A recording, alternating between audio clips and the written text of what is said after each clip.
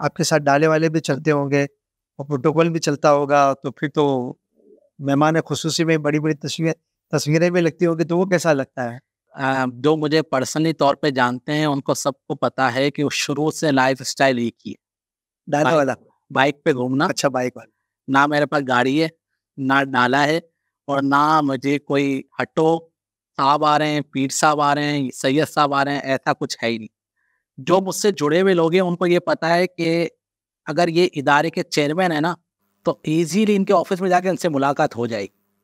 बाज़ लोगों को ये होता है कि जो चेयरमैन होता है, जो बड़ी सीट पे होता है ना, कुछ काम नहीं भी होता ना, तो वो अपने ऑफ़िस में बैठा होगा पे, टीवी देख रहा होगा, कोई आएगा, बाहर वाले डील करेंगे, बोलेंगे आप निपटा लेना, कोई मसला नहीं है।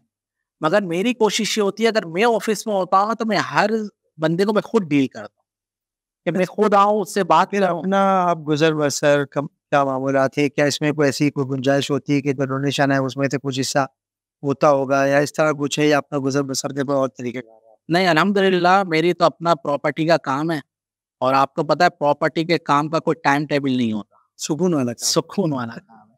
और सब्र वाला भी है। सब्र वाला मेरा भी ये काम है। अच्छा।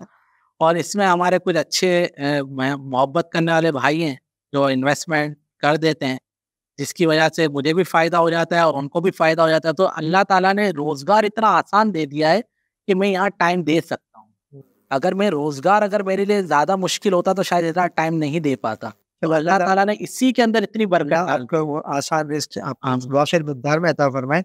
और ये भी नाज़रीन, इतना कैमरे को देख के मैं बात किसी प्रोग्राम में करता नहीं हूँ, लेकिन इनसे एक बात है कि ऐसा भी होता है कि जब आप क्या कहते हैं, वेलफेयर का काम कर रहे हो, तो फिर अल्लाह ताला आपके काम में भी जब बरकत दे देता है ना, तो उसमें हमें बददुआने से भी बचना फ़र्ज़ होता है।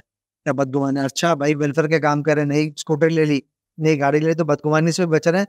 हम इनके लिए दुआ गई कि अल्लाह ताला उनको और बरकत अता फ़रमाए। अच्छा, गुस्सा गुस्सा तो आता होगा ना, जैसे आपने अभी कहा ना कि भाई जिसका काम हो गया वो तो दुआएँ दे के जा रहा है, और जिसका नहीं हो सका या आपको शक हो गया, आपने उनकी किसी वजह से उनको टाल दिया, तो फिर उस सूरत में गुस्सा तो किस तरह कंट्रोल करते हैं? क्योंकि आप तो ऐसे मुस्कुरा रहे हैं काफ़ी देर से, नहीं तो ये वाक़ई में गुस्सा भी आता है या? नहीं, नहीं, गुस्सा तो आता है, पर उस सूरत में मुझे गुस्सा ज़्यादा आ जाता है कि किसी का काम बोल दिया हो, कर देना हो, वो डिले हो गया हो और वो आके बोले। नहीं, तो अगर मैं माज़रत चाहता हूँ, आपको इंटरप्ट किया।